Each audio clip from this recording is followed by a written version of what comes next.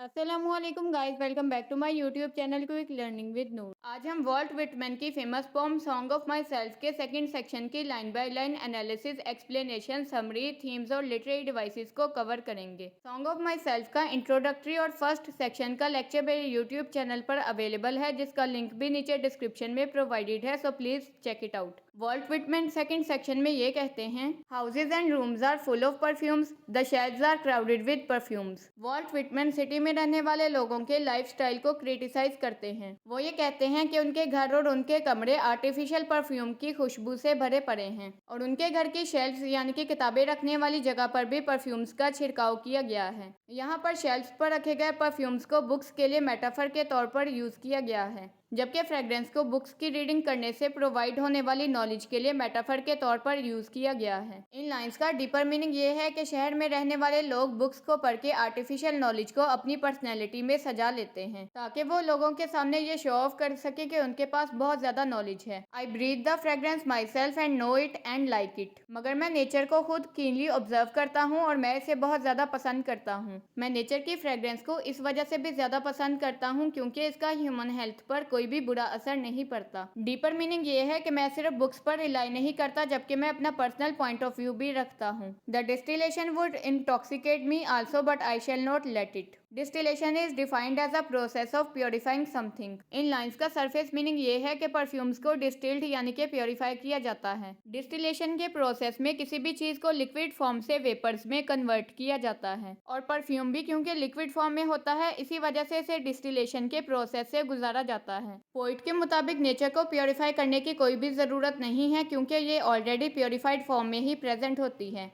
Nature में present flowers अपनी खुशबू के नशे से मुझे भी मदहोश करने की कोशिश करेंगे, मगर मैं ऐसा नहीं होने दूंगा। डीपर मीनिंग ये है कि कोई भी राइटर जब किसी बुक में अपना आइडिया प्रेजेंट करता है तो वो रीडर्स को अपनी तरफ अट्रैक्ट करता है, मगर वॉल्ट विटमैन ये बिलीव करते हैं कि वो राइटर के पॉइंट ऑफ व्यू को एज इट इज फॉलो करने की बजाय अपने पर्सनल पॉइंट ऑफ व्यू को भी उसमें शामिल करेगा। The atmosphere is not a perfume, it has no taste of the distillation, it is odourless. यहाँ पर एटमोसफेयर नेचर को रेफर करता है और पोइट ये कहता है कि नेचर के अंदर कोई भी खुशबू नहीं होती। नेचर की अपनी स्मेल, अपनी फ्रेग्रेंस और अपना ही एक अलग टेस्ट होता है, यानी कि इसमें दूसरे लोगों के पॉइंट ऑफ व्यू को ऐड नहीं किया जाता और ये हर पर्सन के लिए डिफरेंट एक्सपीरियंस रखती है। It is for my mouth for ever, I am in love with it. ये नेचर हमेशा से सिर्फ मेरे लिए है और मैं इसे बहुत ज्यादा पसंद करता हूँ। यहाँ पर पोइट के माउथ के टेस्ट को रेफर किया जाता है जो कि नेचर को बहुत ज्यादा पसंद करता है। पोइट ये कहते हैं कि मैं नेचर को फील करने के साथ साथ उसे टेस्ट भी करता हूँ। पहले जब पोइट ने ये कहा था कि नेचर की fragrance person to person vary करती है, तो ये बात पोइट के सेंस ऑफ स्मेल को इंडिकेट करती है। इन लाइन्स के through extreme love for nature के थीम को हाईलाइट किया गया है। I will go to the bank by the wood and become undisguised and naked. Poet ये कहता है कि मैं जंगल से गुजरकर दरिया के किनारे अपने आप को बेनकाब कर दूंगा।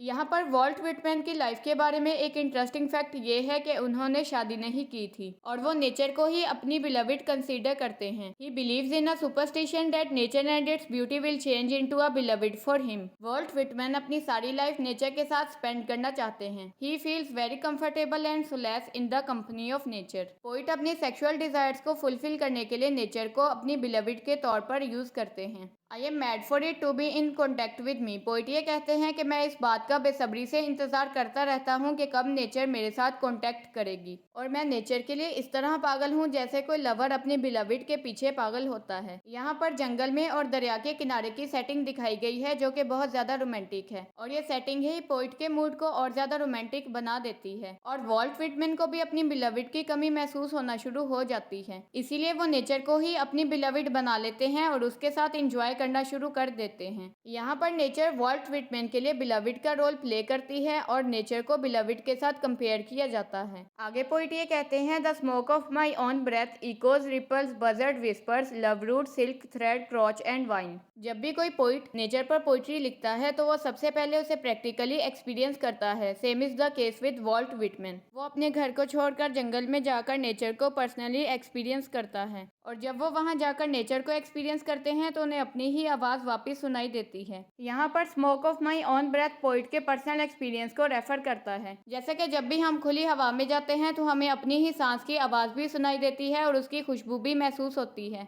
सिमिलरली वॉल्ट व्हिटमैन भी जब नेचर की खुली हवा में जाकर सांस लेता है तो उसे अपनी ही सांस की खुशबू आना शुरू हो जाती है। इसके अलावा उन्हें नेचर में लहरों, सरगोशी की आवाज़, मोहब्बत की जड़ें, रेशम का धागा, करवट और अंगूर के बैलों की आवाज़ सुनाई देती है और ये सब एक्सपीरियंस करके वो बहुत ज़्यादा डिलाइट यानी कि खुश हो जाते हैं। My respiration and inspiration, the beating of my heart, the passing of blood and air through my lungs. The process of breathing is known as respiration while inspiration is an idea. Poet ये कहता है कि मेरा सांस लेने का अमल या मेरा ख्याल, मेरे दिल की धड़कन या मेरे गुर्दों में से खून और हवा का बहना सिर्फ और सिर्फ नेचर से जुड़ा हुआ है। जब मैं नेचर की कंपनी में रहता हूँ तो मैं बहुत ज़्यादा खुश रहता हूँ और मेरा दिल ज़ोर ज़ोर से धड़कना शुरू कर देता है। मैं नेचर में ही सांस लेता हूँ और मैं पोइट्री लिखने के ख्यालात को भी नेचर से ही लेता हूँ। जब मैं नेचर की कंपनी में रहता हूँ तो मेरे गुर्दों से खून की गर्दिश और हवा का गुजरना और ज्यादा तेज हो जाता है। इन सिंपल वर्ड्स पोइट ये कहना चाहता है कि नेचर के बगैर उसकी लाइफ बिल्कुल इनकम्प्लीट है। यहाँ पर पोइट विजुअल इमेजरी का यूज करता है। वॉल्ट व्हिटमैन अपनी पोइट्री में लिस्ट को यूज करना बहुत ज्यादा पसंद करते हैं, इसीलिए वो अपनी इस पोम में natural elements like echoes, ripples, buzzed, whispers, love root, silk thread, crotch और वाइन को यूज करते हैं।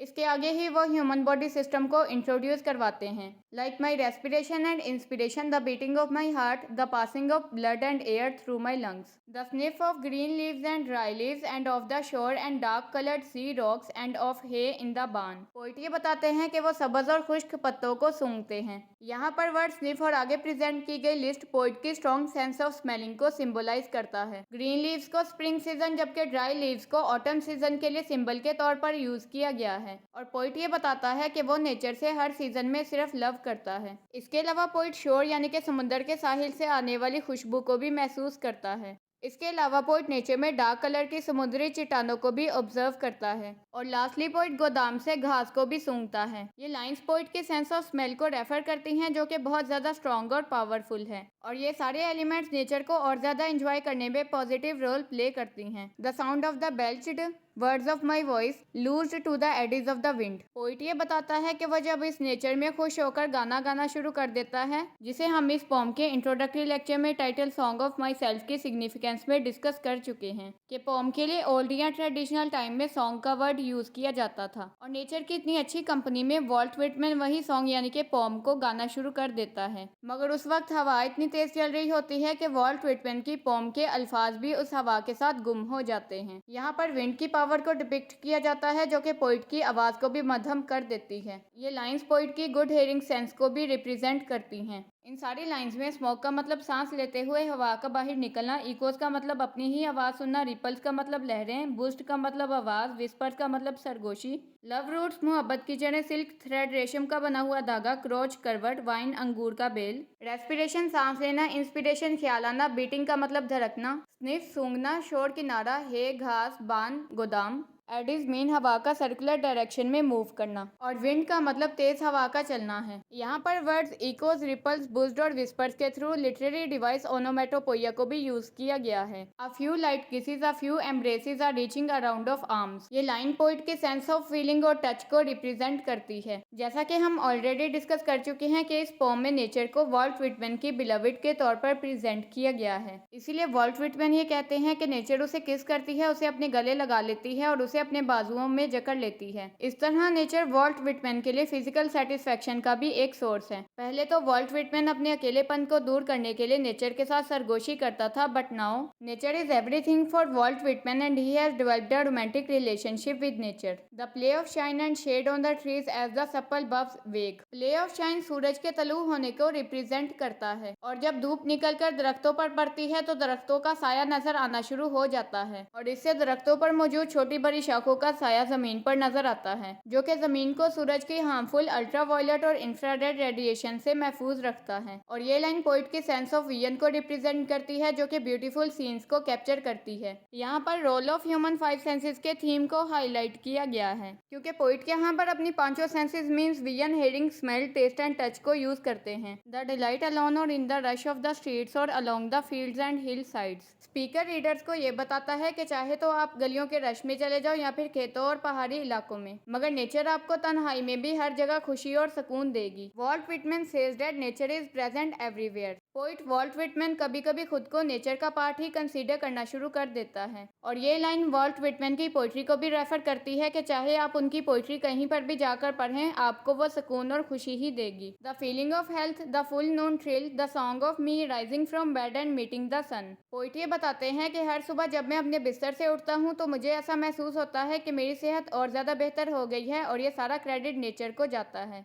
और इसी बात को हमने फर्स्ट सेक्शन में भी डिस्कस किया था, जिसमें वॉल्ट व्हिटमैन ये बताते हैं, now I am 37 years old and full of health. यानी कि मेरी उम्र 37 साल हो चुकी है, मगर नेचर की कंपनी की वजह से आज भी मैं हार्डवर्क करने के काबिल हूँ। थ्रिल रैपिड वाइब्रेशन को कहते हैं, यानी कि तेजी से किसी चीज का हिलना। पोइट के चेहरे पर आकर सूरज की रोशनी पड़ती है, और वह जैसे ही सुबह सवेरे उठकर सूरज से मुलाकात करता है तो उसका मूड और ज्यादा फ्रेश हो जाता है। और इस लाइन में word song of me poet Walt Whitman की पोम को सिंबलाइज करता है, जिसे वह सुबह सवेरे अपने बिस्तर से उठते ही गुनगुनाना शुरू कर देता है। यहाँ पर पोइट की एक्सट्रीम आइडियलाइजेशन को प्रेजेंट किया गया है, जिसमें वो खुद को और नेचर को आइडियलाइज करता है। वो ऐसे कंसीडर करता है कि नेचर उसकी लाइफ का सबसे इम्पोर्टेंट पार्ट है और वो नेचर के बगैर कभी भी नहीं रह सकता। इससे आगे पोइट रीडर से डायरेक्टली क्वेश्चंस पूछना शुरू कर देता है, जिसे लिटरेरी डिवाइसेस में रहीटोरी क्वेश्चन कहा जाता है। He inquires, have you reckoned 1000 acres much? Have you reckoned the earth much? Have you practiced so long to learn to read? Have you felt so proud to get at the meaning of the poems? Reckon को वैसे count यानी कि शुमार करने के लिए use किया जाता है, मगर यहाँ पर ये मेजर का मीनिंग प्रेजेंट करेगा। पोइट रीडर से ये पूछता है कि क्या तुमने हजारों एकड़ जमीन को नापा है,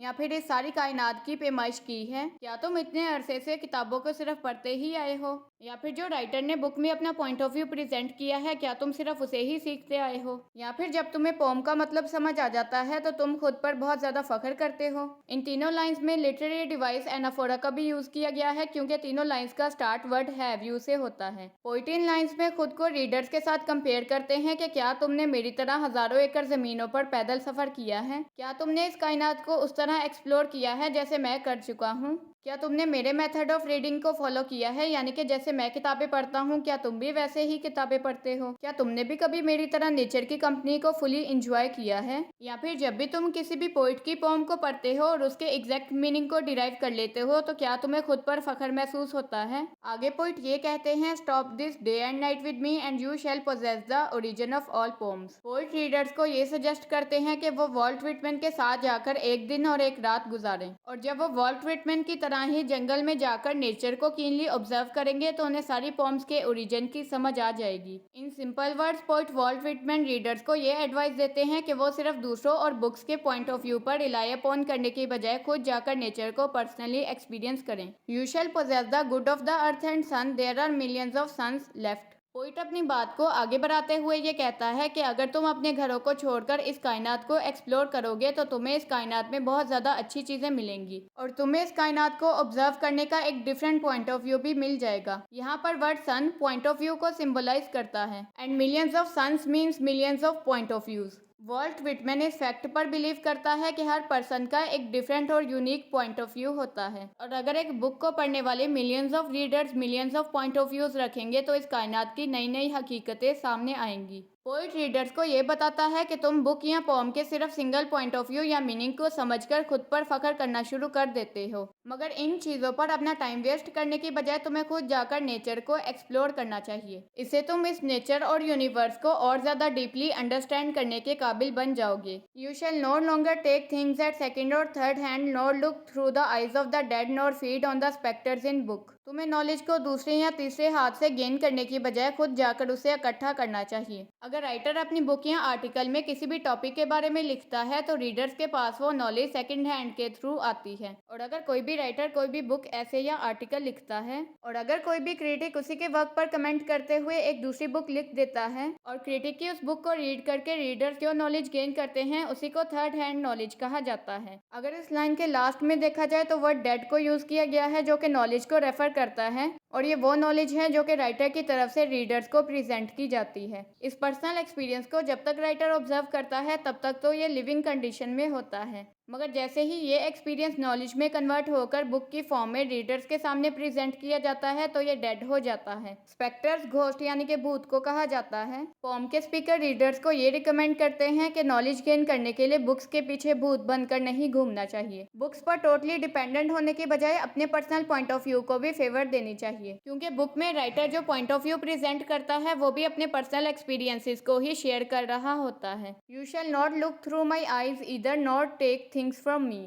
मगर ये ना समझना कि मैं तुम्हें ये कह रहा हूँ कि मेरे पॉइंट ऑफ व्यू को फॉलो करो, और ना ही तुम मेरी आंखों से नेचर को एक्सप्लोर करने की कोशिश करना। ये भी इम्पोर्टेंट नहीं है कि तुम मेरे ही पॉइंट ऑफ व्यू को सही समझो, तुम मेरे पॉइंट ऑफ व्यू से नेगेट करते हुए अपने पॉइंट ऑफ व्यू को भी सामने रख सकते हो। यहाँ पर दोबारा इक्वलिटी के थीम को हाईलाइट किया गया है, जिसमें पॉइंट ये कंसीडर करते हैं कि हर पर्सन को डिफरेंट पॉइंट ऑफ व्यू और चॉइस का राइट मिलना चाहिए। राइटर या ऑथर को अथॉरिटेटिव रोल नहीं देना चाहिए। हर पर्सन को अपनी मर्जी से ही नेचर, यूनिवर्स या पोम को जज करना चाहिए। It's all based on your personal choices, your likes and dislikes. इस सेक्शन की एंडिंग लाइन को और ज्यादा खूबसूरत बनाते हुए पोइट ये कहते हैं, you shall listen to all sides and filter them from yourself. Poet ये कहता है कि तुम्हें हर राइटर और पोइट की बात सुननी चाहिए, मगर अपनी मर्जी के मुताबिक उसे फिल्टर करके यूज करना चाहिए। यानी कि नॉलेज गेन करने के जितने भी सोर्सेज हैं तुम्हें उन सारे सोर्सेज को विजिट करना चाहिए, मगर अपनी मर्जी, पसंद और ज़रूरत के मुताबिक नॉलेज को गेन करना चाहिए। अगर तुम सिर्फ राइटर्स पर डिपेंड करने के बजाय खुद भी उस नॉलेज में कुछ कंट्रीब्यूट करोगे तो वो नॉलेज बाद में भी तुम्हारे लिए बहुत ज़्यादा यूजफुल साबित होगा। And lastly, the knowledge you gain from your own personal experiences is the best among all.